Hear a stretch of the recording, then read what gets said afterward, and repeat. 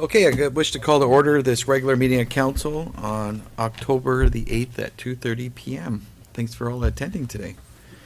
Council would like to acknowledge the Ucluelet First Nations, of whose traditional territories the District of Ucluelet operates. Notice of video recording. Council would like to advise the District of Ucluelet staff, audience members, and delegates that this council proceeding is being video recorded, and the recording will be live streamed and subsequently published on the District of Ucluelet's YouTube channel. We are with technology now, so you'll be able to watch it from the comforts of home. Number 4, additions to the agenda. Does everybody have it?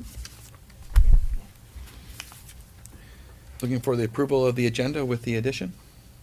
So moved. Second. All in favor? Opposed? Carried. Thank you. Adoption of the minutes from September the 10th. Move adoption. Second. Any errors or omissions? Unheard. All in favor? Opposed? Carried. September 18th. Adoption of the minutes. So moved. Second. Any errors or omissions? None. All in favor? Opposed? Carried. Thank you. Any unfinished business? None? Okay. Mayor's announcements. I know I should be having a couple, but I just want to say thank you to the community that came out to the wonderful Soapbox Derby races. I don't know if there's anything else I should be thanking, but that was a great community event. Public input, delegations and petitions. 9.1, this is an opportunity for anybody in the public that would like to speak and have any questions.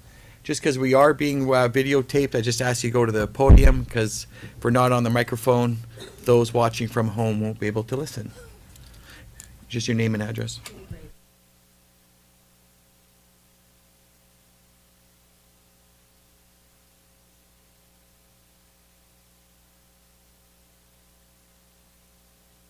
Judy Gray, 506 Marine. Just been reading a few things about public hearing and public hearing input. It's been my experience over the 30 years living in Ucluelet that when an issue comes forward, that we have the opportunity as citizens to express our concerns or our support for different things that come up when there's a public hearing. That's the process, that's a democratic process where we get to express ourselves. And when people don't show up for public hearings, or they don't submit something in writing for public hearings, it's usually because it doesn't interest them. It's not of concern to them enough to put something in writing or to show up at a public hearing. And I have concerns about, people being heard on the street and being heard on social media. And that's not our democratic process. Our democratic process is public hearings. And I just witnessed a few that have not gone the way I thought they would because of who was in attendance and what the submissions were. And I just thought that I felt enough about it that I thought I should say something. So that's it. Thank you very much. Gary, thank you for coming.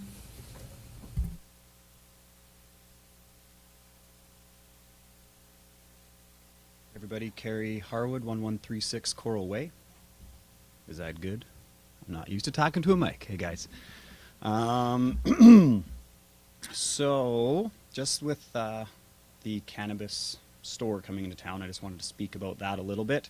An hour and a half ago, I reached out to the public to ask if anyone in town has been negatively affected by cannabis use, and one person got back to me and they said it has destroyed her son's life. He went into psychosis. He's been in mental illness for the last, I believe, 2 years. And this is someone who had been smoking regularly since he was a teen, but has really negatively impacted his and their lives. Like, it's a mess. Like, they don't want to be known. They don't want, times are really hard for them because of cannabis. Now, that being said, cannabis has been a hugely beneficial factor in my life. And so I'm fully in support of a cannabis shop opening in town, but I think we really need to focus on awareness for what it can do to us, and also to increase our mental health support, because I supported my girlfriend through suicide last winter, and that shit sucks. That's probably the best way that I can express it in live camera politics. So, yeah, I just want to say that cannabis is a very valuable tool, but it needs to be taken seriously, and I think it can really benefit our town. In fact, there is a theory that cannabis can be used to actually detect mental illness at an early age. We just don't have the mental health to support working through that to get them back on track and working members of society. Thank you. Thanks for your comments. Any other comments? No? Okay, none heard. Okay, we have first delegations. John Bowman, welcome, from North Island College.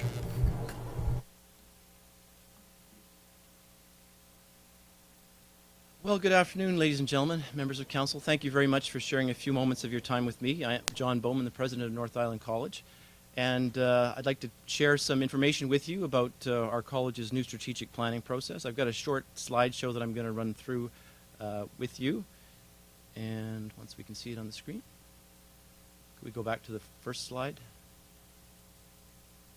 Start the slideshow from the beginning.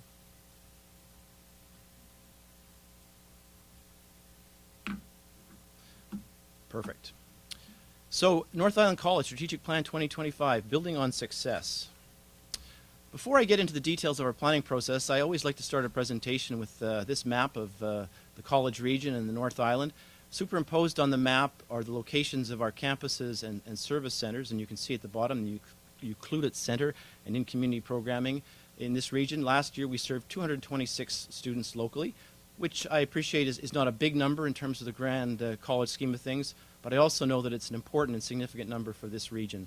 And it's also supplemented by the numbers that we serve through distributed learning, through ITV and online learning. So overall, last year we served over 8,000 students across the college region, and that number grew by 2% compared to the previous year. So why am I speaking with you today? 3 reasons. To inform you about our planning process, to invite you to participate, you and the public, to help set our path for the next 5 years, but also to thank you and members of council and the college and community here for supporting our students and the work that the college does. We are a community college, and we depend upon the relationships, partnerships, and support that we have across the region.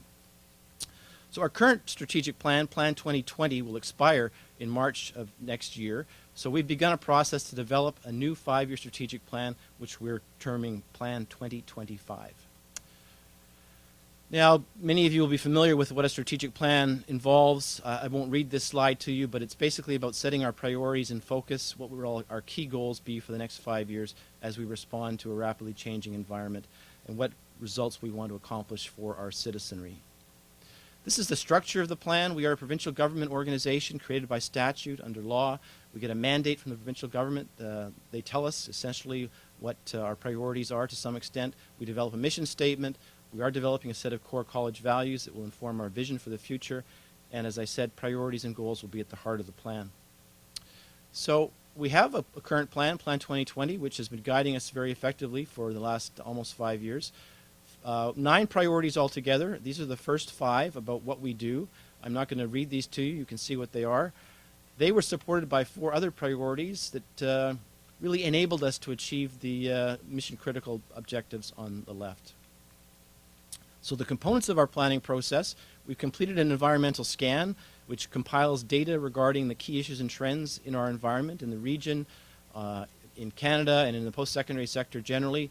We've developed a set of core values that we're going to share with the college community and seek feedback.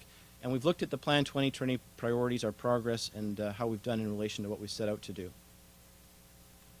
Going forward, we are going to be reviewing our mission and vision statement and seeking input on those through a survey, which I'll talk about momentarily.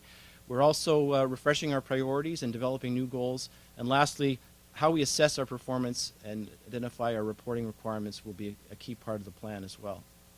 So how can you participate?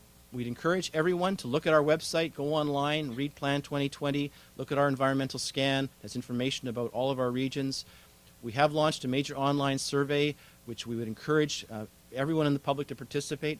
As of today, we had over 12,000 completed surveys from community members, students, and employees. It will run through the end of next week, so I would encourage you to go to our website and tell us what you think about the college and where we should be going in the future. These are the online resources that are available, and this is our timeline. We're in October. We will begin the analysis shortly. In November, we're going to be hosting community forums at each of our major centers. There'll be one in Port Alberni.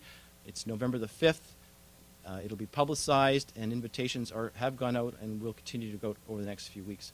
Our goal is to finalize our new strategic plan by the end of April with College Board approval. Lastly, just to conclude, a few highlights of the Alberni-Clayoquot region. A number of new program initiatives in the region. I won't, again, read them to you, but an exciting number of new opportunities for people to gain training and post-secondary education credentials. We continue to work with many of our communities in partnership with First Nations. We're looking forward to the introduction of an international education cohort in Port Alberni. There'll be early childhood care and education students, largely from India. We are looking forward to the campus consolidation, moving our trade center from the Thiebaud site to Rogers Street. And lastly, tremendous growth in student financial awards. The community in the region has been very supportive of scholarships and bursaries, which is a big boost to students to help them achieve their educational goals. That concludes my presentation. If members of council have any questions, I'd be delighted to try to answer them. Thank you.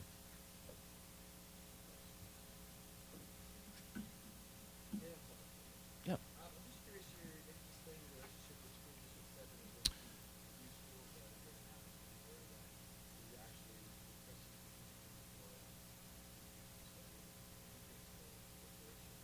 It's a great question. I thank you for asking it. The relationship we have with School District 70 is excellent. We work very closely. Our campus in Rogers Street is just down the street from ADSS, so it's a short walk for students from there. We certainly collaborate with Ucluelet Secondary School also through our Learning Center here. We're particularly keen to see the development of more dual credit programs where students can be enrolled simultaneously while they're in high school in a college program, so they can graduate grade 12 with both their Dogwood diploma and a first-year college credential. So we have great relationships with our friends at the school district and in the secondary schools.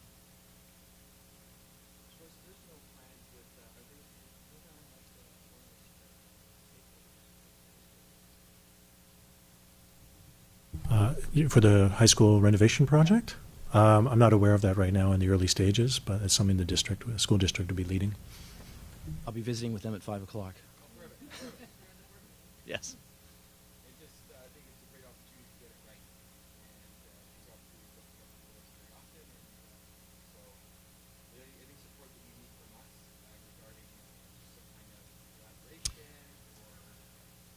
Well, just further to that point, we do have situations where we have facilities in some of the other high schools in the region. At North Island Secondary, for example, in Port McNeill, we have a classroom and an ITV installation.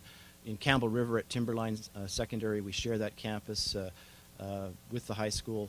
So there's certainly precedent for the college working collaboratively in secondary schools across our school districts.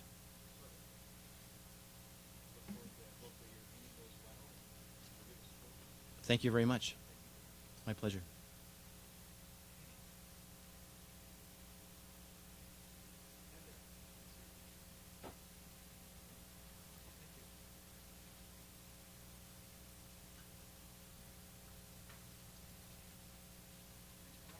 Yeah, thank you for having me. I really appreciate it. It's good. It's been a busy day. Lots to do when get a chance to come out to the coast. Lots of people to see, and can't beat the weather, but haven't made it to the beach yet. Maybe. So thank you very much for having me. My name's Heather Shobe. I'm an agricultural support worker on contract with the Alberni-Clayoquot Regional District. In 2018, the regional district published the coastal addendum to the Alberni Agriculture Plan. This document is available online at the Alberni-Clayoquot Regional District website. The addendum aimed to create a framework for increased food production and stronger food systems within the coastal regions of the Alberni-Clayoquot Regional District. It was developed over a period of a year, and it included lots of stakeholder participation from producers, organizations, from governments and councils. and a professional agrologist as well. I want to thank the District of Ucluelet for your support and participation in the program through Bruce Gregg, who is on the project's advisory committee. So the addendums, this is like the overarching plan and background document, and included in the addendum was an implementation plan. The plan offers suggestions, over 100 suggestions for different ways that organizations, individuals, governments can support increased food security and agriculture on the coast. And it also had 3 sort of primary overarching needs. First was the creation of compost. I think we're seeing some movement in that with the regional district and some local programs. Second was development of a coastal agricultural roundtable, which I'll speak to in a minute. And the third was to support a community coordinator or coordinators to sort of implement and action some of the work on the ground. So the general idea of the implementation is a multi-layered and multi-level approach. It has support for individual communities via things like the coordinators, through training, provision of expertise, and it also has support for the region as a whole through the roundtable. The regional district really doesn't want to approach this project in like a self-determined way. We really want to look to support the energy that's within the community and the ideas of the community and support the communities to move forward. So it will involve a lot of community participation and leadership. The regional district dedicated funding in 2019 to initiate the Coastal Agricultural Roundtable, and also will be providing some direct financial support to some community projects and initiatives. We're looking at grant applications to implement kind of a wider and have more impact, increase the funding to the program. And we're also connecting with local organizations to find a host or a co-host for the project that's actually situated out here in the coastal region. I don't believe that agriculture on the coast will be like you normally see in sort of provincial frameworks of agriculture. It's very important that what we develop is tailored to the coast, relevant to coastal communities and the Nishalnath people. And the regional districts in the last number of years, particularly strongly in the last year, has really been working with the province and lobbying and working with the province to ensure that frameworks, supportive frameworks for agriculture at that higher level actually are inclusive of smaller communities and remote communities. That's very, very important to the regional district. So I did leave a handout you got today. It has some specific just ideas around what municipal governments can do to support this work. But my main purpose here today is to ask for the support of the District of Ucluelet by participating on the Coastal Agricultural Roundtable. So a short description of that, it's an opportunity for formal high-level networking, policy discussion, project creation, and sort of development of a container and some primacy for agriculture within the coastal communities. There'll be some expertise there to field questions, to make referrals to the province, to do research, share funding opportunities, and support some of the sort of actionable items. In the Alberni Valley, we have an agricultural development committee with the contracted consultants, the agricultural support workers, of which I'm one, and we sort of do something like this there. We don't believe we can totally replicate that here because it's a totally different geography and culture, but the idea is kind of to expand the regional district's programs to more effectively include the coastal communities and help to develop some strategy here. So we expect that the roundtable will meet twice annually. Our first meeting is set for November 13th. It's here in Ucluelet in this building. We're still finalizing the agenda and the format for the day, but we do expect to hear from participants to review and prioritize some potential projects. we'd like to co-create some terms of reference. So again, we're not imposing what this is going to look like, but sort of that the participants are included in developing the reference, terms of reference for the committee, and then to contribute to development of the strategic plan going forward. So that is kind of our ask. We would really love to have representation from the District of Ucluelet at that table. And I'm happy to answer questions. Also, if you have ideas or needs that you'd want to share with me now, that I welcome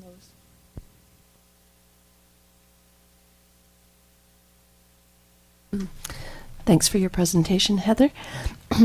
A question that you probably don't get much in Port Alberni or the regional district, but would this initiative involve something like kelp farming?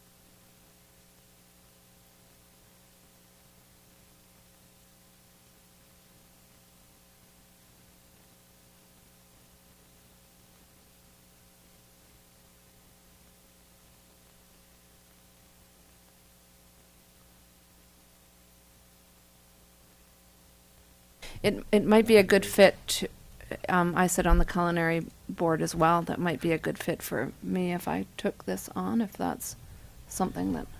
Looking for a volunteer, so that's perfect. Anybody like to second that one and support Councillor Kemps? I'll second it. Okay, all in favor that you are now assigned to the round table? Is there an end date on that? Or should we just go on for the whole term? May I offer another comment? Again, we are just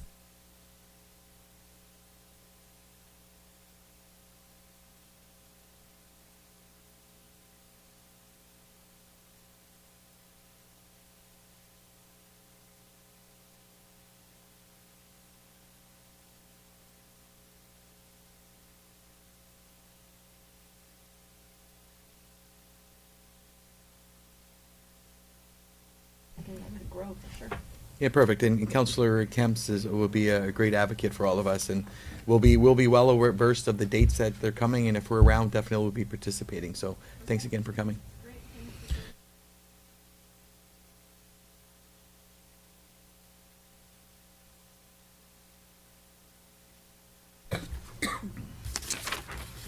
Correspondence items. We have 4 before us. 10.1, MOECCS joint letter, press release. Any that we need to pull out?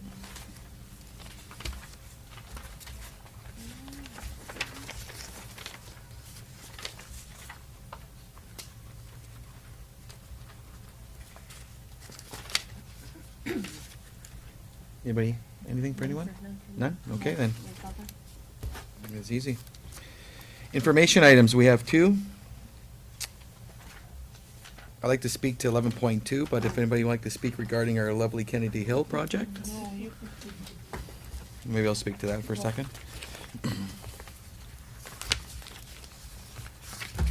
Paper. It's just a general comment. I think it might be fitting for staff to just reach out to the contractor again in Ministry of Transport with just another update. They haven't come before us since the springtime, and just a general update.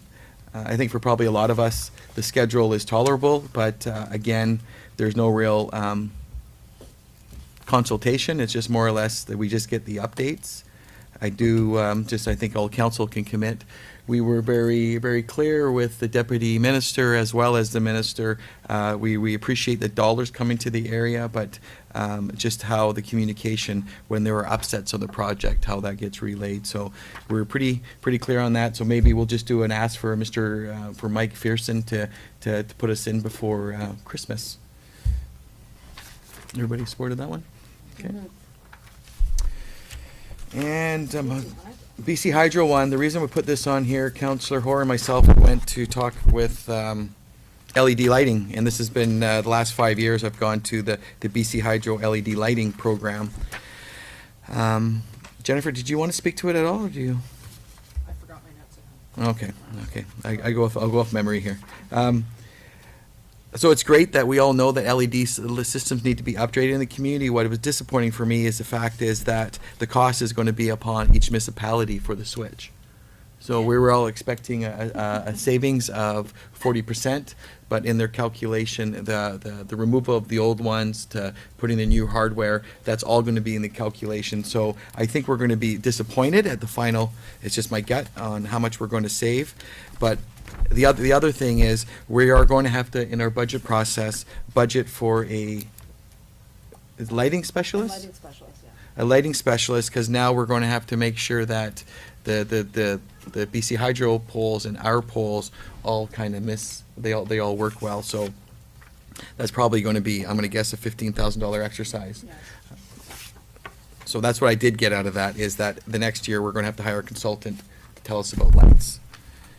Wasn't good news. Mr. Boyson? Through the mayor, sorry. There's two different sets of lights in town. There are the district lights, and then there's the ones that are on the BC Hydro poles. So the ones that they're referring to are the ones on their poles. We're going to be bringing back to the budget discussion something that was previously removed from our budget just because of a changeover a couple of years. 2 years ago, it was, I believe, about $15,000 a year for 3 years to replace all of our lights. We'll be bringing that back to our budget discussion for 2020 and for the next 3 years for us to consider for our lights. And then at the same time, we'll get some estimates about what that looks like and talk to BC Hydro, find out what those assessments really mean and how much what sort of budgetary item that turns into. Well, that's perfect, and it's perfect timing because Hydro plans to start this program, I believe, next summer for the next 3 years to replace out almost 100,000 poles. So maybe we will actually have some lighting coming soon to the area. Okay. Nothing else on that one? Okay, we'll start with Councillor Cole. It's been a busy month. So on the 17th, we had the childcare planning, the health network. We also had the Harbor Authority. I'm going to mention a couple things, but I'm going to leave the thunder for a couple of you to speak to. On the 18th, we had our special meeting, and then I ducked into the Hewlett Emergency Network meeting, which was the first one with our new Chief Geddes at the helm. So it was a lovely, we sort of set some goals, and we have some upcoming training, so that's exciting. And then on the 20th, we had our healthcare stakeholder meeting. So that was a fabulously attended event, and we did good work. It's not great English, but really happy with all the conversation and dialogue there. Looking forward to more of it. The 21st soapbox, I'll just stop there. My son has his first, they get medals and they get participation things, but he has his first real piece of hardware trophy. So, yeah. And then we were at UBCM, 22nd to 27th. My highlights from there were the morning clinics, especially the one for seniors that choose to move, because that initiative is coming to our community here with, so it's great to be one of the people in the crowd who already knew about it, and we were already going down that road. So that was really great. Also, the Truck Loggers Association, that was, I really enjoyed that. And then, of course, the convoy came through town. and the resiliency one, which I went into it thinking it was a way different kind of resiliency, which I've been doing a lot of courses on, but it was about women in politics, and so that was great. And then on the 28th was the Cops for Cancer. So fabulous day of weather, great turnout, lots more heads shaved. I wish one of them would have been me, but I would be divorced by now. So great turnout. They came in a little early, so that was a little hard. There were a few people who kind of came in after the bulk, after the riders had come in, and sort of the rah-rah moment, it was sort of already past, but a good day for it. And then the Wild Pacific Trail Gala, my pager went off right as I was putting my earrings on, so I missed that, so someone else will talk about that. And the Seniors Forum on the 30th, which was fabulously attended again this year. Really great to see everybody come out and the different topics and different dialogues. Looking forward to next year's. And then on the 2nd, I attended the Coastal Family Resource Coalition meeting. And it was very well attended, largest one we've ever had. And it was hosted in Tyastanis. And lots more good dialogue, lots coming out in the community over the next few months. Lots of little programs that are going to be get us a little something different in the winter months. So more to come there. Any questions for Councillor Hoare or Councillor Cole? No? Okay. Councillor McEwen? I attended a lot of those same meetings. September 17th, the Child Care Open House right next door, and looking forward to seeing those results in a final report by Marcy DeWitt from the Alberni Clayoquot Health Network. But what the results showed from the polls were quite astounding, and once they're released publicly, it's going to show the need for childcare in our communities. September 18th, I attended the St. Jake's Park ribbon cutting and bench dedication for Pam McIntosh. A lovely little event, a beautiful sunny morning. I did have some feedback on Facebook, of course, of where this event had been advertised, because there were some people who knew Pam McIntosh really well and would have loved to have been there had they known about this event. So just a thought for staff to maybe promote, advertise to the public a little bit more on things like that. September 20th was our health center meeting with all the stakeholders. Again, the facilitators are going to come back with a report, I believe, by the end of December for us, with some options and some costing. So more to come on that. September 21st, I was at the Vancouver Island Regional Library meeting in Nanaimo. And that was where we adopted the 2020 to 2024 financial plan. It was a balanced budget of $38,142,775 for 2020. That represents the budget for 2020 will be an average increase of 3.94 per capita, which is a decrease of 0.68 cents over 2019. So those are all numbers that our financial department will be interested in.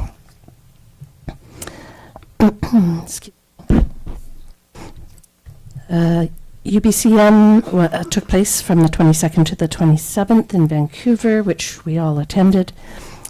One of the things that struck home with me on the Monday morning, I opted for a tour of modular housing. And there were a lot of people that wanted to take this tour, so they split us up into 8 different buses to tour 8 different facilities. And the one that I was on was called Reederman Residences in Marpole, and it was the prototype. It was the first modular housing that Vancouver did before constructing more. And it was really intriguing. It's staffed 24/7. The goal is to get people off the street into some sort of housing, and not to just keep them there, but to boost their confidence, give them some employment opportunities, get them back out into the workforce if possible. And so that was one of my big highlights for BCM, was just the tour of that facility.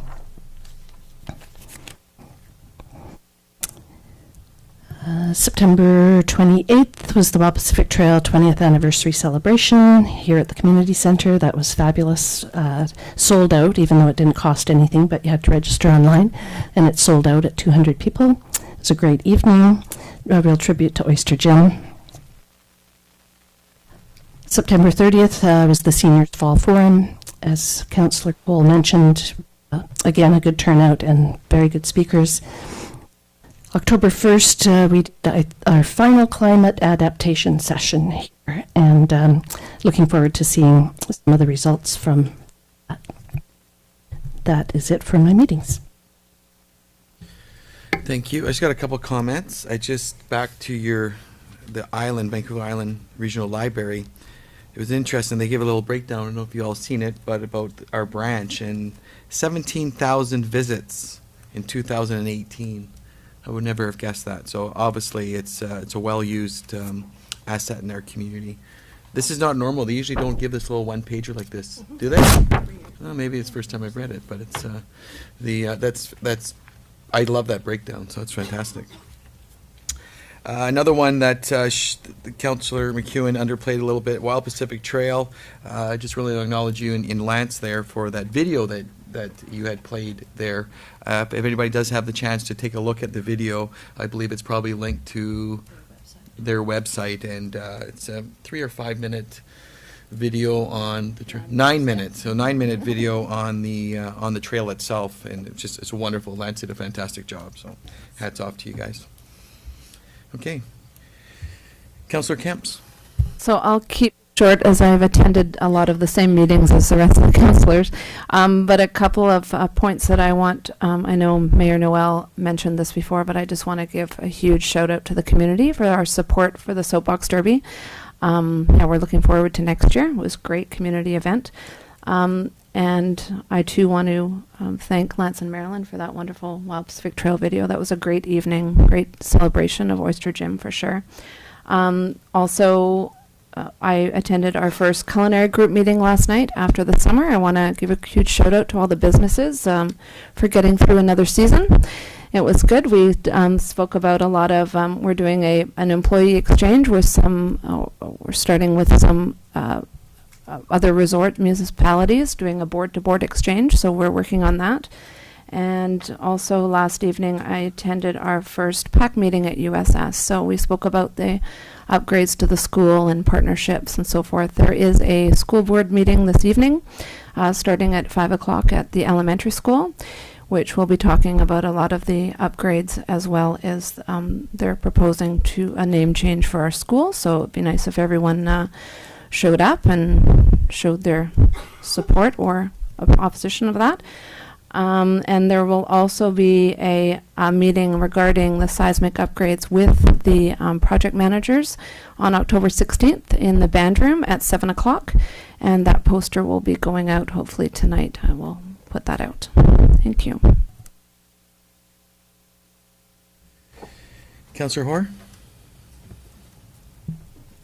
I attended a lot of the same meetings that everybody else has, and unfortunately was not at the Wild Pacific Trail party, but it is a fabulous video, I have to say. Kudos.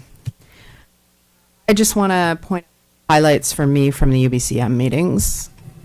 And one was I went to and this is relevant because of Marilyn's report, I went to a workshop on how libraries support resilient communities. And you wouldn't believe the 17,000 visits. I'm actually not surprised at that number, even given the restricted hours that we have. But without libraries, there's a whole lot of things that people cannot do. And so we need to support our libraries best we can. The other really interesting workshop that I went to was a Hydrogen 101 workshop, which was about clean energy and zero emission vehicles. And as somebody who is really enjoying driving my little electric car, it was interesting to hear about hydrogen vehicles and the hydrogen network. So lots of really interesting stuff coming on. So if you're thinking about a new vehicle, try for something that doesn't, use as much gas. Maybe at least a hybrid. Go full electric. There's quite a network. Just saying. And that's about it. Everybody else has touched on the other ones I went to. Thank you. I'll keep it short. Made a note there. Councillor McEwen made a point that the opening of the park wasn't known by everybody. And I noticed at the seniors forum, there was a comment that not all seniors are connected via the internet. So just an FYI, perhaps to staff, if we are doing it, something towards the audience and we want to really get that message out, putting things in the newspaper, there are people that actually do read it. It may not be us, but there is a large portion of the population that is, and that might actually deter or help out with some of that communication issue. I went to all your guys' same meetings. I just want to say thank you to all of you for attending the UBCM. And Joey, I really appreciate that you came in there, and Mr. Boyson was unable to attend. I believe for the five of us, we don't get much time to spend amongst ourselves. Usually we're in our communities and we don't cross paths, so it was just nice to get some one-on-one time with each other and a little bit of networking and a little bit of education. And then when we're all in the same room talking to some of the ministers, it really just empowers us that we're going down the right path together, that there isn't one person leading the charge by themselves. So I appreciate that you all made the time to come. Oh, and I had a resolution. Sorry, I don't like talking about myself. But my resolution was passed. I was all nervous thinking I was going to have to battle. So I was supportive. And thank you again for all being there in the room when it was coming up. So thanks again. And that's it for me. We'll get into reports. We have a few here. 13.1 development variance permit for 389 Marine Drive. Mr. Greg.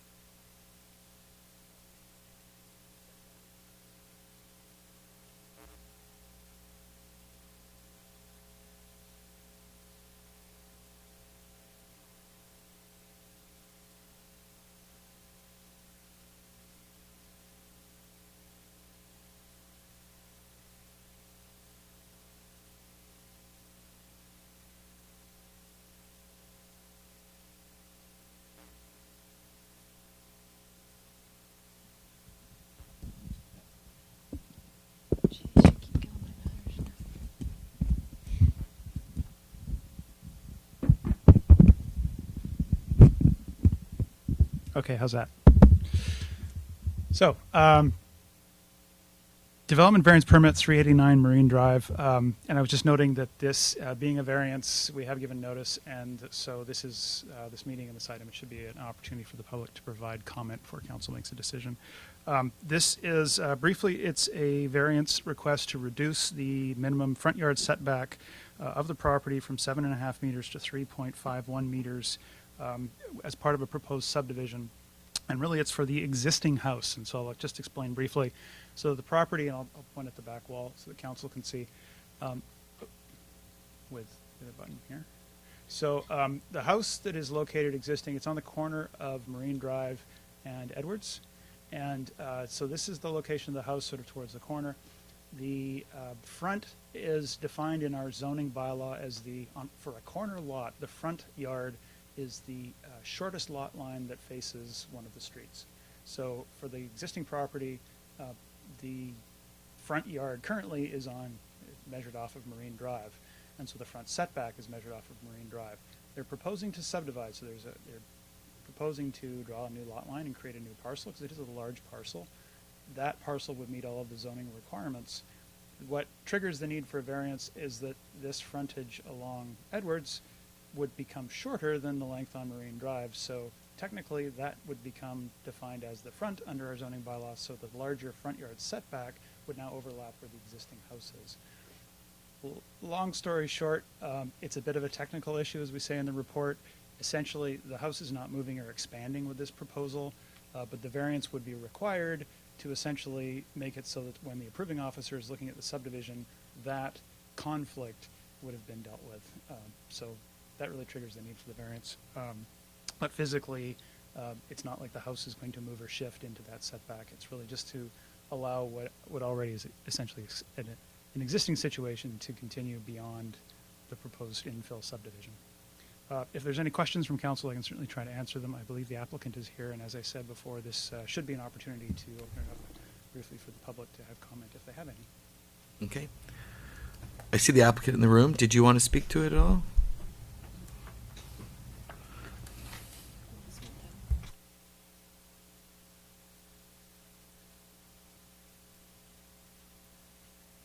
Rebecca Hurwitz, 389 Marine Drive. So just yes to say that I fully support the staff report. I appreciate that everything that's been shared, and we're not planning to make any changes to our existing home. It's just to bring it into compliance. And I would just note that the house has been there since before Edwards Place, so perhaps that's why it's situated as it is.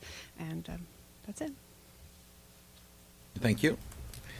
And just an opportunity for the public if there are any comments or concerns. None heard. Okay. We do have a recommendation. I recommend that the council approve development variance permit DVP 1904 to reduce the minimum front yard setback required by section R 1.6.11A of the District of Ucluelet zoning bylaw number 1160/2013 from 7.5 meters, 25 feet, to 25, to 3.51 meters, which is 11.5 feet, for the existing house on Lot 1, Plan VIP 17976, Section 21, Clayoquot Land District, 389 Marine Drive. Second. Any further discussion?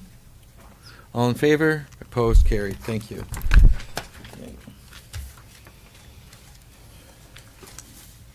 13.2, development permit for proposed subdivision of 2066 Peninsula Road. Excuse me, council, I need to recuse myself on this one due to my significant other being employed by Far West Foods. Okay. Thank you.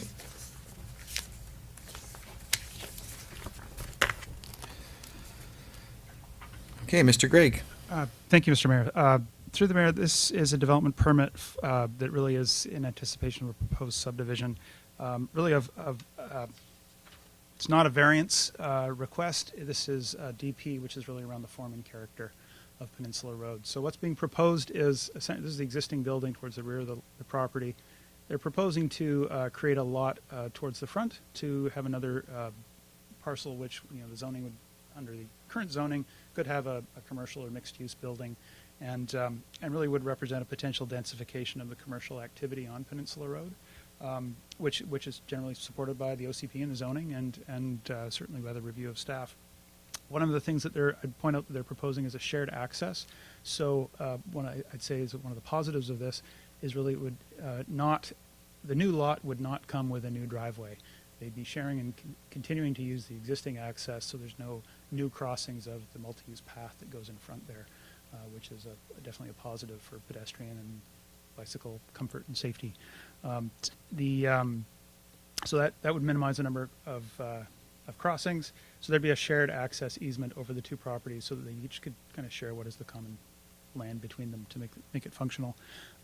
This is really a development permit around essentially creating that lot. That the building really hasn't been designed in detail. That would be a future, whether it's this current or future owner of that parcel coming forward, that when they have building designs, then they would need a development permit, again, with council review, to really get into the details of the form and character and how they match the guidelines. And beyond that, I'm not sure if the applicant is here and would like to add anything, or otherwise I think I could just answer questions. Hello. If you don't mind, Scott, just go to the podium. Thank you.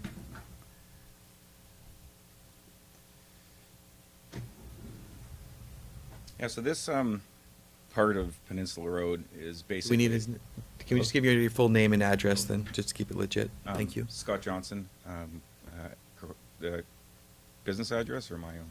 Just your. 252 Albion. Thank you. This part of our current property is basically a big dusty turnaround. It's not attractive. It's basically something that really doesn't add anything to the town. I'd say about 12 years ago, we actually had a building plan approved for that site. But as we go, forward, we're looking at kind of what we want to do, and we may want to do something on it, but we think it may be better suited to another organization or individual to develop that piece of Peninsula. And it's really something that doesn't, of course, serve any useful purpose to our existing business. So basically, we felt that this would be an appropriate thing given the OCP, the desire to beautify Peninsula Road. It certainly would be a prime piece that could add some both business and residential occupancy. So basically, that's what it's about. Perfect. Thank you. Any questions for the applicant? I have one question. It's probably obvious. You've probably thought of it, but just trucks coming in and out of there and still having enough space to be turning the rigs around and stuff. Yeah, so truck maneuvering is something that was a big part of the kind of process and how we went through this. And there's been a couple of things discussed, but we would look at a truck maneuvering easement on the northwest corner there, and that would be something that would allow for the very few tractor trailers that we actually receive to come in. Currently, tractor trailers are a very low amount of traffic versus other businesses in town. We have maybe in the summer it's probably one a month, possibly. In the winter it's less than that. It's once every couple of months, maybe. So there isn't a lot of maneuvering required for those type of rigs. It's not like the fish plants where, or Windsor or anybody else where they're backing in constantly all the time. Our trucks are small enough, and we've done some live tests and we've done some regrading to make sure that we can maneuver our trucks in and out of those first two loading bays with no issues and without having to back in off the road. So that's really I'd say 90% of the trucks that are coming in there, including our own coming and going, is basically a straight truck that's got about a 30-foot length. So we're not talking about a 52-foot B train or anything like that. So we're going to do it partially by easement on that corner, and then we're also going to regrade.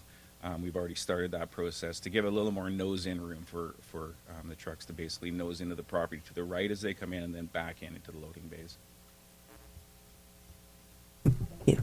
Perfect. Any other questions? That's it. Thank you, Scott. And just an opportunity for the public. Are there any comments or concerns regarding the application?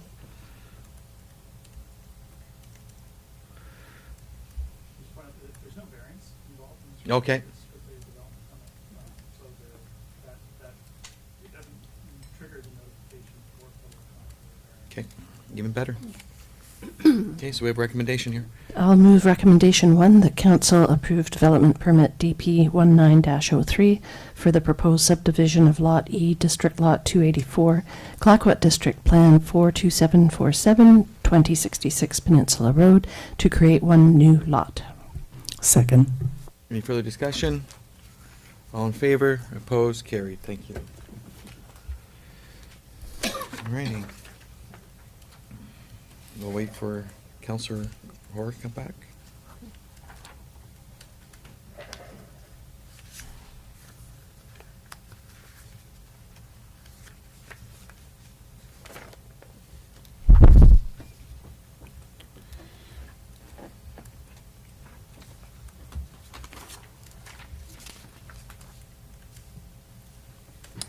Okay, then we have a staff report. Through the mayor, our CFO couldn't make it today. She's just wrapping up vacation, but she's completed the audit procurement process for our new auditors for the next 4-year process. And so I'm happy to answer any questions you have about this report. And there's a recommendation that, and there's also a requirement for council to approve this decision. Councillor McEwen? Can I just ask what MNP stands for? Through the mayor, you got me on that one. I could look it up quickly, but I don't know. I was not involved in the process. We met them here once. Oh, they were the same, of course they were. Yeah. I'd like to move recommendation 1 that council award a contract and appoint the accounting firm MNP as the external financial auditors for the District of Ucluelet for a period of 2019 to 2023 inclusive under 169 of the Community Charter. I'll second that. Any further discussion? All in favor? Opposed? Carried. Thank you.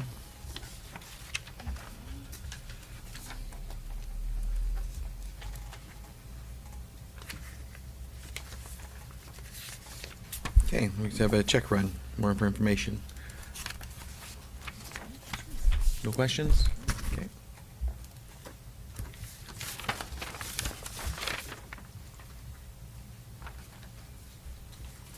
Counseling reschedule 13.5 for October 22nd.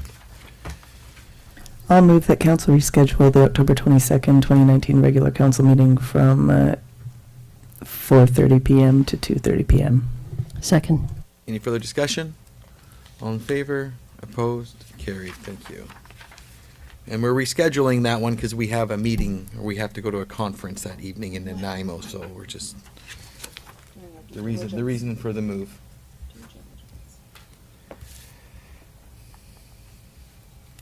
13.6, the West Coast Multi-Use Pass. Mr. Boyson. Through the mayor, so this is for a section of trail that's following up on the Parks Trail project. It's going through our national park. There's a section between the Junction property where our trail ends. It connects to the national park. That is ACRD land that needs to be addressed to be able to make a connector all the way across the west coast. So the ACRD has put together some preliminary plans, including getting some initial cost estimates and doing some work to identify grants. This is the early stages of an ongoing conversation. This was something the mayor and I discussed with the West Coast Committee, a subcommittee of the ACRD board, and so they. I think for us there were some initial requests about funds and interest in providing funds. I think our mayor and also the mayor from Tofino as well didn't express interest at this time in putting funds toward it. I think there's looking at other options, and the ACRD will continue to do that. So this request is for council to support the project in general. This is in order to be able to submit for funding for an application that's being put in next week. And then there's also more funding required to be sought from a Bike BC grant that's not even been released yet. So this is part of a long-term plan to be able to try to piece together these funds. So the request is for council to just support the project in general, and staff will continue to work with the ACRD to find funding opportunities. Any questions for Mr. Boyson? I know we're all supportive. I just want to make it clear that and thank you for clarifying, because it is a support letter that we support the trail, and like we said last week, the request for monies is a bit of a tough one for us, as we have a clear strategic plan we would expect them to find other funding opportunities to support that trail, which is not inside the district boundaries. So I'm supportive of it the way it's worded here. There, sorry, I just cut you off. So I'll move that council provides a letter of support to the ACRD West Coast Multi-Use Path Project. Second. Any further discussion? All in favor? Opposed? Carried. Thank you. To recuse myself for the next one, Man, small town. as the applicant sits on my board as an executive. Okay, thank you.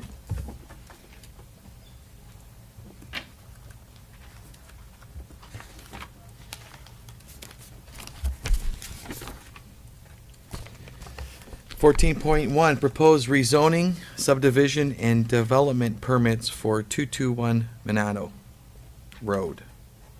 Mr. Gregg. Thank you, Mr. Mayor. As council will recall, this is an application that you saw in April, at your April 9th meeting. Council, and it's attached in the staff report, passed a series of motions around this application. And so the applicants have provided some new information, and so this report is to bring it towards council along with a couple of draft bylaws for consideration. And so skipping forward a little bit, but the two bylaws that have been drafted, one is for generally an amendment that would define campground and a new campground zone, which may apply to this and other properties. So it's sort of a bigger, I don't want to call it housekeeping, but a better sort of reorganization or focus on what is a campground and what are sort of the rules, sort of defining how campgrounds are developed. And this was, so that's one of the pieces. And the other would be the specific rezoning application for this property, the bylaw that would put in place the guest house and campground zoning that they are requesting. But to step back, council in the motions from April did a couple of things. Authorize the issuance of the initial development permit, which was for the restoration of the stream corridor, and that is progressing, and there's some information from their biologist. Some of the planting was really waiting for fall, wetter weather. During the summer it was a little dry for that. So that development permit was issued. And then council indicated that support for the final rezoning, that essentially there was sort of support in concept, but that there was an expectation that certain things be a part of that before it would finally be adopted. And one of the pieces that was in the recommendation 2, or the motion 2B, which included as part of the subdivision dedication for park purposes of a 30-meter corridor from the natural boundary along the marine shoreline of both parcels. And so as council will recall, and I'll point at the back wall here, essentially the property would be split into two parcels, one which would be for the guest house use, and the other would be for the campground use, and sort of two different types of campground. And so the council motion was that this 30-meter shoreline area, all of it would be expected that would be dedicated for park. Was the council motion. And so the applicants have come back with some new information and a bit of a counter offer. And so what they're proposing is shown in here. Originally they had shown a 20-meter park dedication in front of what is the campground space, and then talked about a 10-meter setback on the private property. And we'd recommended that a 30-meter park dedication was better. And they're in agreement. They are offering that full 30-meter park swath along the shoreline in front of the campground. And they clarified, their biologists have clarified there was an area which initially had been shown as potentially wetland, that they're saying, well, that was an error. That was really not wetland. It just happened to be wet at the time that they were out there. But looking at the species that are growing there, they revised their mapping. So it is 10 meters on either side of the stream corridor, which they recommended. So that would be dedicated as well, so that restored stream would be public parkland, and potentially for trail connection that could go in through there. The part that the owners have well, essentially the change from or counter offer from what council was suggesting, which was full dedication, is they are suggesting that a covenant over that property would be more appropriate at this point. As you'll recall, when we discussed this, we'd originally recommended that this guest house parcel would be a large parcel. It would certainly have future subdivision or development potential, whether under the guest house zoning or for future zoning. It is a large piece. And that it could be that, and they were open to a covenant that would be registered on that property saying that any future subdivision would be hinging on that 30-meter park dedication at that time. And so, and they're in agreement with that. It's really it's a timing issue. What they're suggesting is that covenant be registered so that be a protected space, that there be no development or tree cutting or anything along the shoreline. And they're proposing to contribute an additional $10,000 for the construction of trail features at either end. I think there's a better slide. So initially the trail going along what would be dedicated as park, the expansion of the Minato Road right-of-way, and a trail to the end and a viewpoint. And these two places with the little funky asterisks that are shown would be locations where, like we have in some other places where the Wild Pacific Trail, for example, comes towards sensitive areas.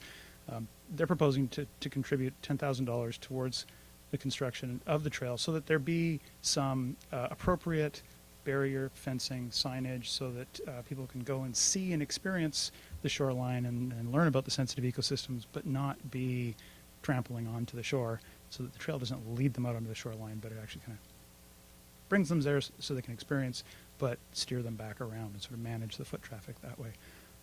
So that is in addition. They originally had a $50,000 contribution for that they're proposing and are still proposing that would be for trail construction, but adding that $10,000 for those ends as part of this sort of interim covenant that would be essentially protecting and setting that up for one day, if that redeveloped at that point, have it come back as park dedication. And as I mentioned earlier, so we have drafted the bylaws, one which is a broader sort of campground regulation bylaw. So it defines, so essentially like other zoning, other land uses, essentially the density, the maximum number of spaces per acre, a little bit of green space between the spaces, and sort of some basic regulations around developing campgrounds. And this is something that having a campground zone we think would be more appropriate for some of our existing campgrounds as well, which right now the campground use is lumped in with, I think it's the CS5, which has a whole range of hotel and campground and a bunch of other commercial and tourist uses, which are quite different. So it may be more appropriate to have a campground zone as well. This is a use that other properties may be interested in, and we've had some inquiries around it, and so this just defines it a little better. So that could be somewhat independent, but it is certainly the time that we took to research, and Mr. Tuga did quite a bit of research on other communities and how their campground regulations are working, so that informed this draft set, I guess, of the bylaw requirements.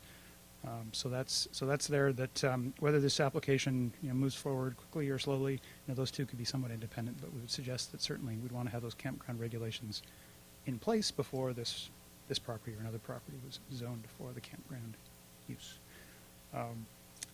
Maybe with that, I'll just stop and see if there's any questions. And also the applicant's representative, I believe, is here as well. If there are any questions about the specifics of the plan. Do you have any questions, Councillor McEwen? Thank you, Mr. Gregg. Just wondering if the fire department has done a little tour through this property to see if access would be available to them through it. Through the mayor, I don't believe the fire department has toured through the property recently. So this is the kind of one of a number of steps because this application would really be amending the zoning, then go through a subdivision process, the development permits for, the subdivision, and then the campground development pieces as well. So each of those would be reviewed, and one of the things certainly as part of the subdivision review is access and servicing, so water supply, location of hydrants, given the uses that are around there. The subdivision would trigger upgrades to Monado Road, and so that would be part of what's the water service and sewer service. Again, hydrant location. One of the conditions that had previously been indicated by council was as part of that, getting a traffic study to look at this. This is quite a change of use in terms of the number of vehicles that may come out, and really one of the questions is going to be for Ministry of Transportation is, are there any changes needed at the intersection, such as a crosswalk, to get people safely to the trail on the other side of Peninsula. So short answer, no, the fire department haven't been out there yet to look at this, but also the sort of roughed-in areas around the driveway. I wouldn't say that that's necessarily the final permanent location of where those aisles are going to be. But I would note that one of the things in the campground regulations, it speaks to at least minimum widths of those access aisles within a campground. 6 meters is generally the minimum emergency access for fire lanes, and that's like 2 vehicles can pass, and that's pretty universal anywhere. And that similar kind of a standard, I think, would need to apply for a campground of this size. Councillor Hort, did you have something? I may just get on my environmental high horse right now. Well, hey, it's all good. Perfect. When I look at this, I have no problem with the subdivision. I have no problem with the development of the campground, provided that we do put into place those campground bylaws. I believe that's really important that we have the a campground designation. I'm very concerned about that shoreline environment, that very delicate ecosystem. And I know that the best way to protect it is as a park dedication. But I understand sometimes you have to give a little, sometimes you get a little. And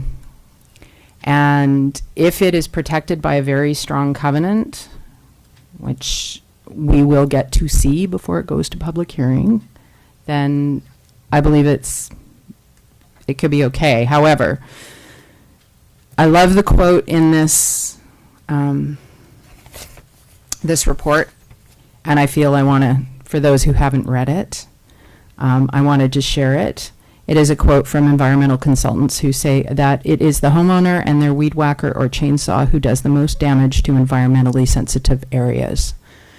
And I worry about things happening to this property, which is why the covenant has to be very strong. That being said, the offer of the $10,000 to cover the costs of the extra signs and barriers to try to keep people from coming off the trail, that will not cover the cost of the signs, the installation of the signs. This is a sensitive area. Those things have to be installed properly so as to cause the minimal damage. And it takes a serious barrier to keep people from stepping off the trails. Just about every one of us who's walked the Wild Pacific Trail has stepped off it because they saw something that they thought was really cool and they walked down to that spot. So this is a marine ecosystem that if you do that, those footsteps will be visible for more than a decade. If you walk across that salt marsh, you will cause serious damage, period, full stop.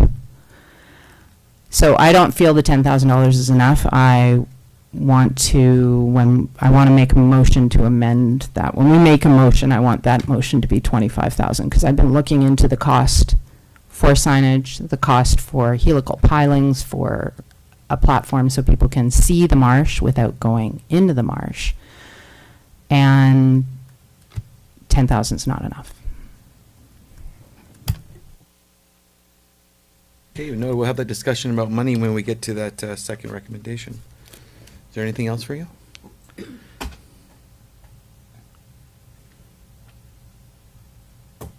No, I'm going to hold it there. Okay, sounds good. Thank you for your comments. Did you want to? Well, I'll just comment that when it came back the first time, that the idea of having the barriers there, this is an added thing with the finances it did, because I felt strongly about everything you said the last time. I think it looks a whole lot better now. Perfect. Thank you for the comments. And I look at the orange dots or the yellow, depending on what your eye sees. You know, I see that the applicant's 30 meters. I see Wild Pacific Trail, joint partnerships. I think, you know, as the trail has gone throughout this community, it hasn't always been on the landowners. It's always been joint partnerships. So I think that there's some goods here. There's some serious money being put towards establishing a great trail system that we all know is needed in the Inner Harbor. More recently, if anyone's gone into the Spring Cove area, there is a new trail which is 90% ready to go, and I think it has very much some same sensitivity the in-shoreline with, you know, eelgrass, and I really happy to see what Oyster Jim and his crew have done on that trail to establish and to protect a lot of that shoreline. So I'm pretty confident, you know, confident knowing that this trail would probably be something in the future which would probably be a partnership with the Wild Pacific Trail as we get to those kind of next steps, knowing that there would be some really good stewardships here. It just wouldn't be a landowner sending a random to go to do the trails or to monitor it. So I'm happy with what I see here before us, and I really would like to get this to its next step. So there are a couple recommendations. So I'll move recommendation 1 that District of Ucluelet zoning amendment bylaw number 1256, 2019 be given first and second readings and be referred for legal review. And for anybody in the audience that doesn't have a package, this is the defining what camping means. That's what this bylaw is for. I'll second that one. Any further discussion? All in favor? Opposed? Carried. Thank you. Okay, because you made a comment, is that the only change that you're going to have in the second recommendation? So I think, is there someone willing to second Councillor Corr's change of 10,000, did you say to 20,000? 25,000. 25,000. I don't know that the applicant is prepared to do that. I don't know if Mr. Gregg has any indication of how that would go over. Through the mayor, no, I don't. But this certainly it's something we would look for a response from the applicant. I know their representative is here. I don't know if he has any insight either. But certainly that change is something that's really, this is an indication from council. This would be a sort of next step and this would go to a public hearing and there'd be opportunity for some clarification of that, I think, through the process, if that's the direction of council. Do we have to move both recommendations, or can we move one so that there's an opportunity to talk with the applicant and share information if that's the only concern? Again, although it says 10,000, it says in the report that he's already throwing $50,000 in here, so it's $60,000 that he's putting towards the protecting the shoreline with signage, miscellaneous. I'm not comfortable supporting that addition. That's why I'm asking if there's a seconder onto 25,000. I think as the project goes, there's going to be a lot of undetermined costs are going to go towards the applicant that may not be before us. This is this has been before us, what, how long ago? 8 months ago? 10 months ago? Is the total of the monies, including the $10,000, is that to actually build a trail that we want to be part of a continued infrastructure of, is that to construct the trail, or is that monies that are to be used for the niceties of a trail? So through the mayor, on page 98, there is a letter from the applicant, and it does clarify that they are proposing to contribute $50,000 towards trail construction. That we don't expect would be the total cost, but that is a significant contribution towards the total cost of the trail. What they're now offering is an additional $10,000, to essentially have more in the budget for specifically focusing on some things at those trail heads in those two corners to make sure that people aren't led onto the salt marsh. And so if it helps, the recommendation to council is really the first one, 2A, is really around an indication of where council's at for that offer that they're making. The second one would be giving first and second reading to the bylaw if council is headed in that direction. And then the third would really be prior to it going to a public hearing. We're not recommending that be scheduled yet, but there are a number of the permits, the covenants, there's a whole lot of details there, and that we would draft those with the assistance of the municipal solicitors and bring those to council so the council sees the details, and as well, that's then public information ahead of a public hearing being scheduled. I just wanted to be clear that we all knew that that wasn't going to be the only money that would be needed to complete how we would like to see it in the end. That's all. My issue is based on the cost to do that is really high, and it's not going down. So I realize that 10,000 is really only for those barriers, and my worry is that those barriers have to be pretty strong because we have all walked off the trail elsewhere. So we need to keep people from walking off this trail. That requires a different sort of barrier system, a different sort of information and education system. And I just feel that, $5,000 for each trailhead, that's not going to cover even the cost of making the signs, let alone installing them, let alone barriers. So I will move Recommendation 2, that council indicate support for the updated proposal, including an offer of a $10,000 contribution to the District of Ucluelet for adding fencing, interpretive signs, and protective barriers at trail ends to protect adjacent marine shoreline habitat. And B, give the District of Ucluelet zoning amendment bylaw number 1244, 2019, first and second reading. And C, direct staff to prepare the necessary permits, covenants, and agreements and present them to council prior to bylaw number 1244 proceeding to a public hearing. Is there a seconder? Do you want to second and then ask the question after? I'll second. Okay, perfect, thank you. So we got a seconder, and any further discussion, Councillor Cole? Are we prepared to, because some of it's going to be our cost, and when it's all done and said at the end of the day, and we're connecting everything, and everything's going to be beautiful, and people are using it, that are we prepared to, if it amount X needs to be increased, that are of our contribution to make it complete, that is increased a little bit to make sure that Councillor Hoare's idea about those barriers at the end, that because that's just a contribution to making sure they're right, and I just want to make sure that we're willing to make sure that when we have our hands on it, that we make it right. Mr. Boyson, do you want to answer that one? Through the mayor, so I think there'll be other opportunities, for sure. I think so. It's basically up to council now to decide if they want to just amend that motion. But there will be. This is their first stages of the process. So, there's going to be some, and you know, staff rightly noticed that it was minimum contribution is what we feel. But at the same time, there could be other opportunities down in the other parts of the process for this discussion. It's just first and second reading. So. Amendments can be made now to motions, and they can also be made later on as well to motions. So,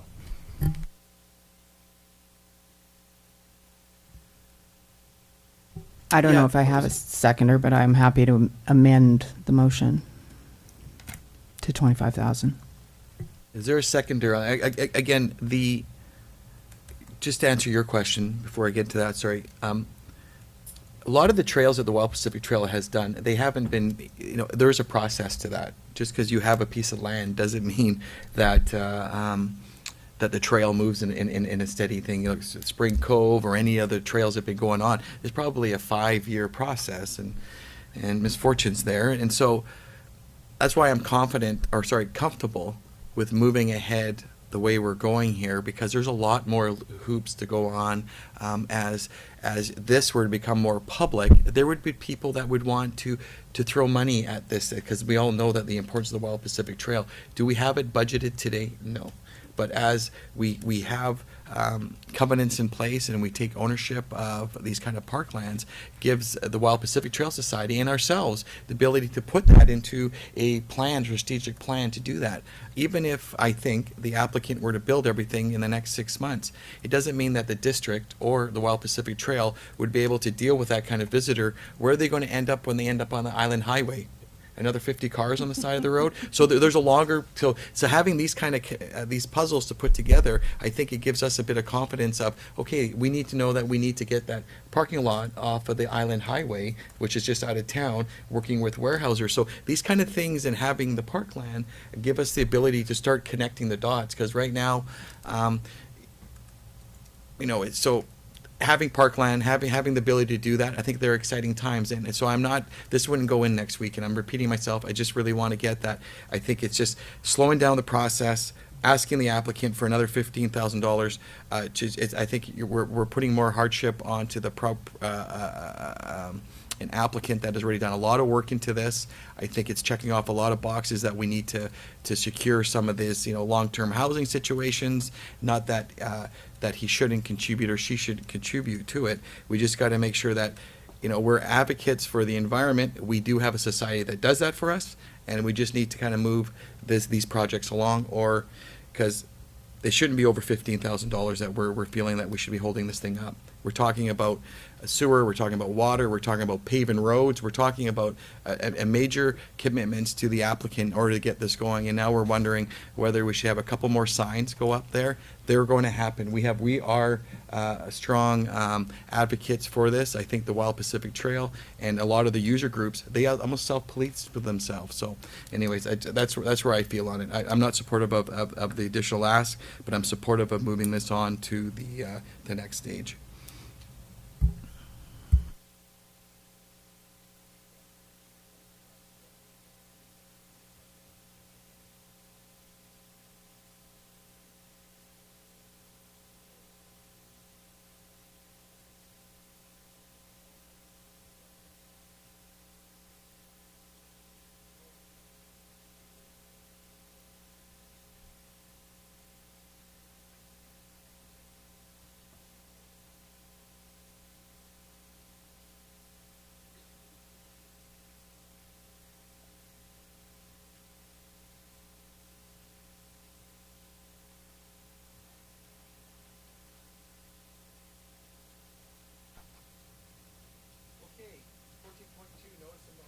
Sorry, put the microphone on.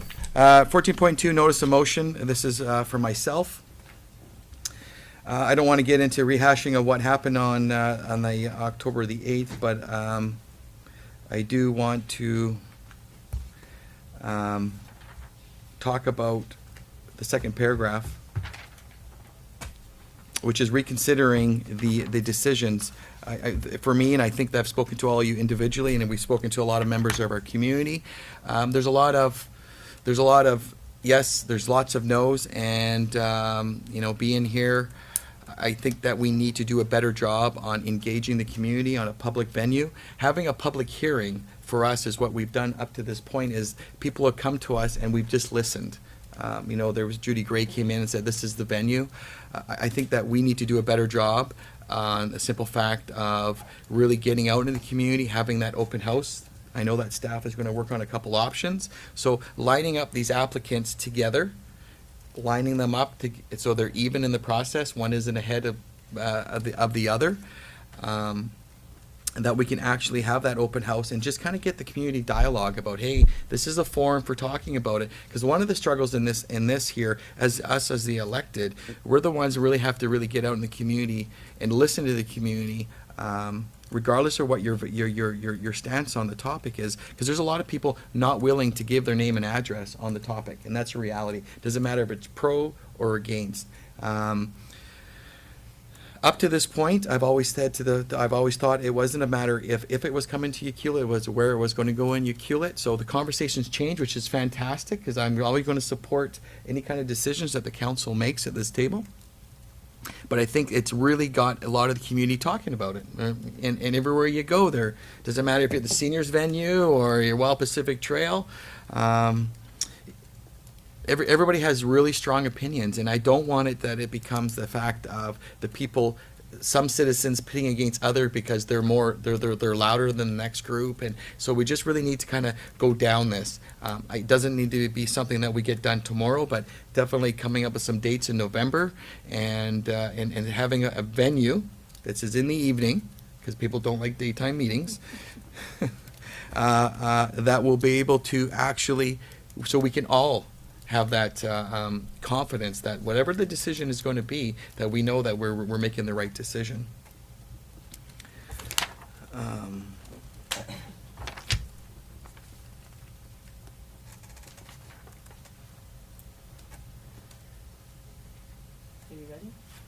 Yeah, I think I'm ready. Okay, I'm going to move that council reconsider September 18th, 2019 defeated motion to give third reading of District of Ucluelet zoning amendment bylaw number 1254, 2019. Two, that the District of Ucluelet zoning amendment bylaw number You want them individually? Individually. 1254, 2019 be given a third reading.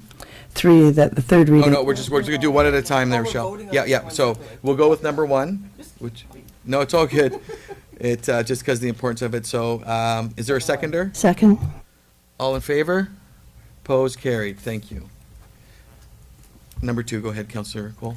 That the District of Ucluelet zoning amendment bylaw number 1254, 2019 be given third reading.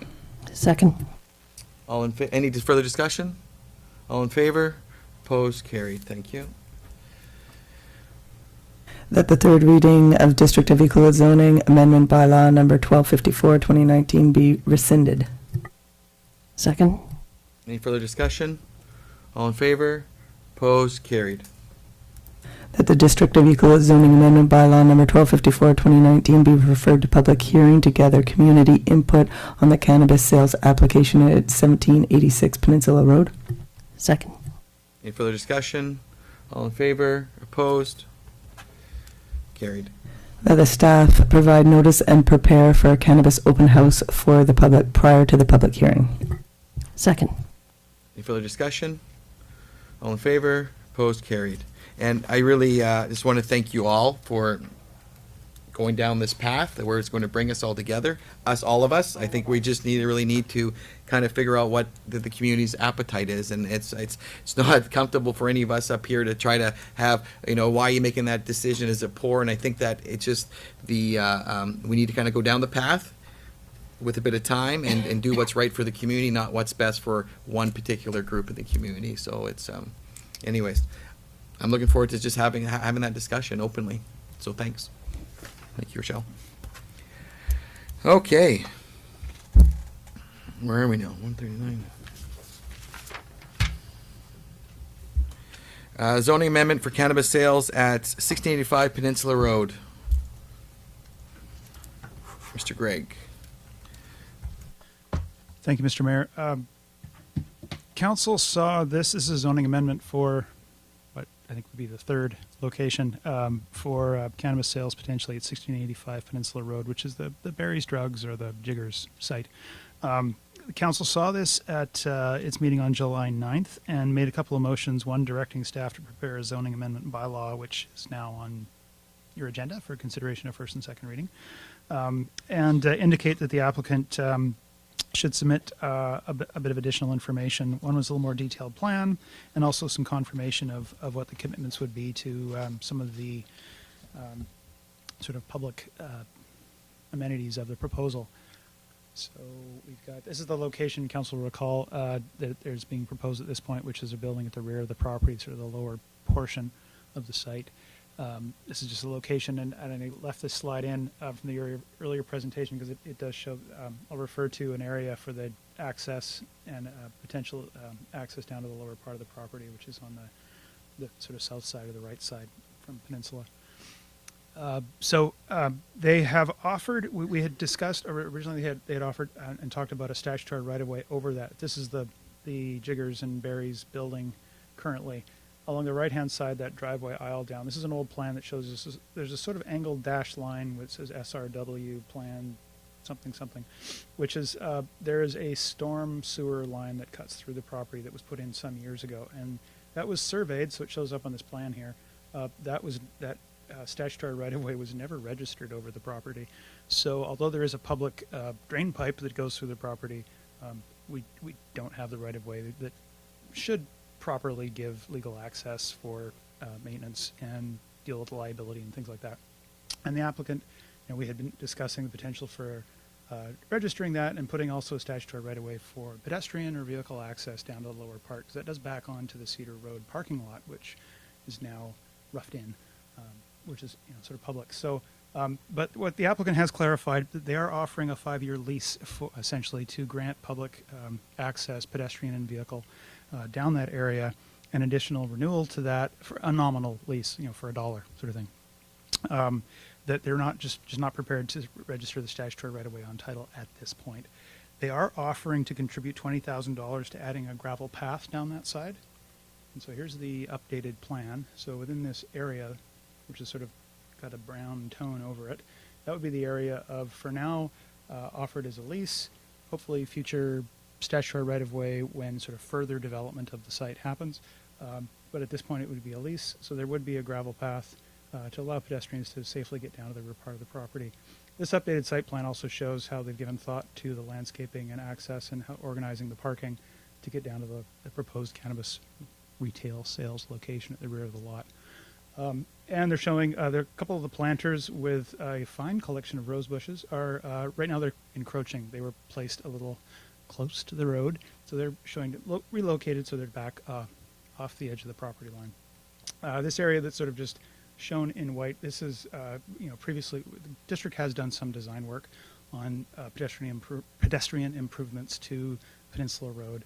And the applicant, the other second part, is they're offering to contribute $23,500 towards those frontage upgrades. That would be a district project, so that's why it's not shown in detail. But basically, it is public road right of way, and we would be constructing that. So those are the sort of contributions they're offering: is the $23,500 for Peninsula Road plus $20,000 towards getting better and safe pedestrian access towards the rear of the property. And so the recommendation is to consider first and second reading and refer this to the public hearing with this additional information, which is now part of the public record and can inform that discussion at the upcoming public hearing, which now the council has passed some motions to send this to a public hearing. I believe we were looking at November 13th as potentially the date for that. We need to give advertising and whatnot, but we had sort of set that aside as a date for both an open house and then public hearing on these. That is a tentative date at this point. Tentative date. Okay, so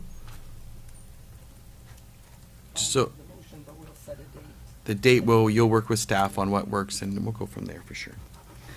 Are we-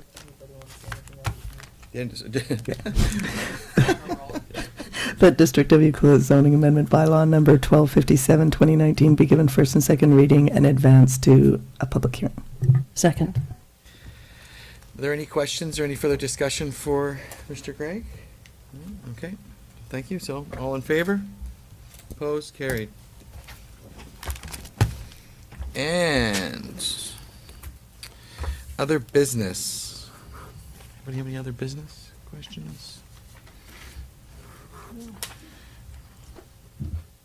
Oh, I wrote it here and I don't want to, I wish I don't bring it up. Oh, man. I'm going to stop right there. No, I can read my own writing. I just, I know that I did, just so I can relay the rest to you, one of the other cans in town here is the whole brown water conversation. So I just did bring up with Mr. Boyson that one of the budgetary things I would like to see come up is, I'm just going to state here's another business. It's like this whole brown water thing that we continue to, comes up every 12 months. There are some solutions that we could come up with, and I really think that as much as the other things that we have kind of in the kitty with, medical center and other stuff, we need to kind of throw this in, especially with the fact is that we were denied with that application for Kennedy Lake. We need to come up with some solutions because we all know that there are some solutions that we can do locally on that. So just so you're all aware, just water quality will be one of the budgetary things that we can start planning about how do we come up to some new topics. Is that fair enough? Mr. Boyson, okay, thank you. And question period. So opportunity to open up the floor to anybody who have any questions of what just went on? Come on. Come on. Sorry. Okay. So, okay, nothing heard. So anyway, thanks for all coming tonight. Really appreciate that, or this afternoon. Now, procedural motion to move in camera that the meeting be closed to the public in order to address agenda items under section 91C of the community charter. Any seconder? Second. All in favor? Okay, we'll take a little recess and then we'll